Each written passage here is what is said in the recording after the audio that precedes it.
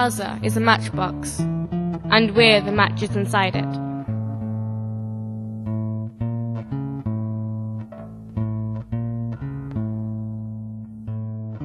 The children of Gaza have no chance to express themselves because they are living in a very tight blockade within the Gaza Strip since over 4 years now. They can't go, they can't talk, the world is speaking a different language than them, and I believe these young children have given a voice for the voiceless children back home in Gaza. Seeing these young rich people doing something for Gaza, it's really nice thing. It reflects the humanity above all, that the world doesn't leave Gaza alone. They have support. There are 33 monologues that were written by 14 to 16-year-olds in Gaza. They worked with ASHTAR Theatre, who have organised all of this, and they invited companies to participate. And as soon as I heard about it, I felt we had to do it, because our theme for this year is standing in another's shoes. It links in with the United Nations International Year of Youth. And what better way to stand in somebody else's shoes than to perform monologues written by them. Before the war, I used to feel that Gaza was my second mother. Its ground was the warm chest I could lay on. But today, I feel it's an exile. I stopped feeling it's the city of my dreams. Before the war, I used to feel that Gaza was my mother. I feel so sad, I feel so sad. I stopped feeling it is the city of my dreams.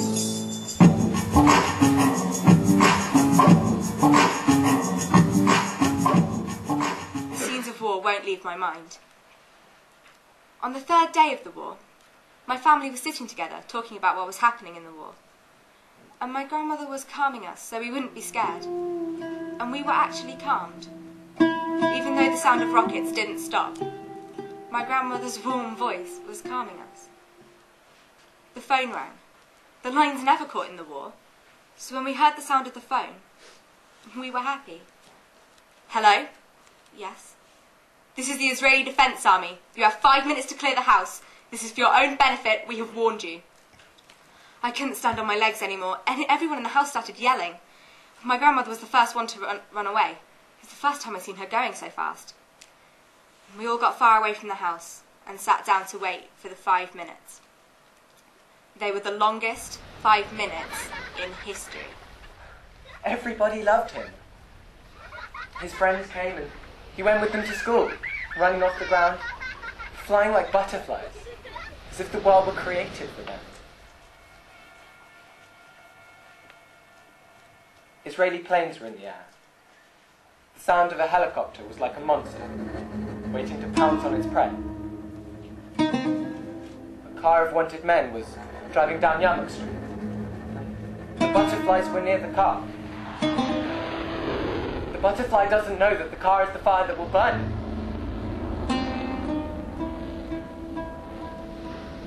A rocket fell on the car. My brother, Tariq, flew 5 meters into the air. He flew higher than the car and came down walking as if nothing were the matter with him. The ambulance came to collect the corpses, and people told him to get in. But he said no, nothing is the matter with me, and went on to school. 100 meters later, he put his hand on his heart and fell down a martyr.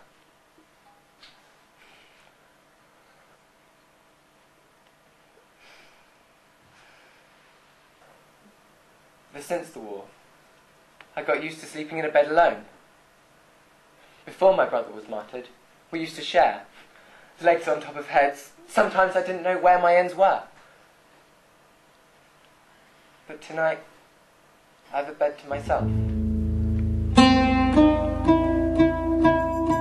Relax, girls, don't be scared. It's just the sound of aimless shooting. That's what our teacher said as soon as the bombing started. After the war, a lot of things changed inside of me. I started hating going to the bathroom. From the second I go in, I can't wait to come running out.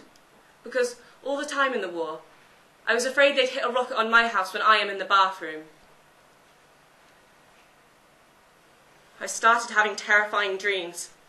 All night I have a conflict within myself, between my desire to sleep and fear of nightmares. Sleep became a monster hiding behind my eyelids. I stay like that until morning. I don't know when I slept or when I woke up.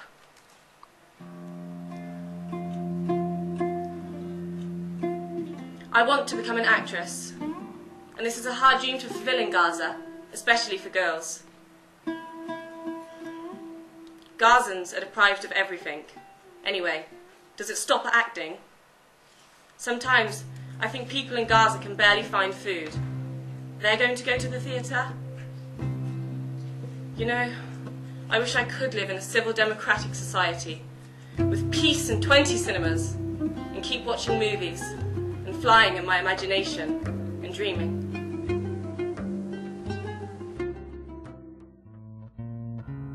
All I know is that we are living in a cage. Like a bird that's caged and wants to come out but he's besieged. Kids are dying in front of their mother's eyes. Hearts are crying and screaming out for them in the loudest voices. But no one listens. No one's heart softens. And no one seems to care.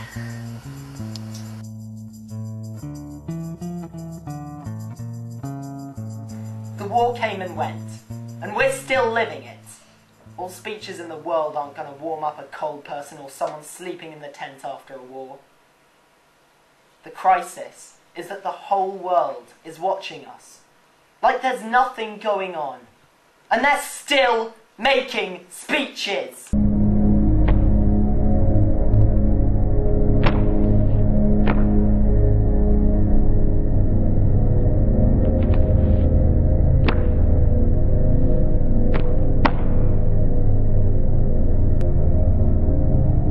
I lived the war myself. I was working with Oxfam at that time, and I went to the hospitals, I went to the schools, I've seen children, I've seen, different age of people. And I was so touched, really. All the stories from those children, just came to me today.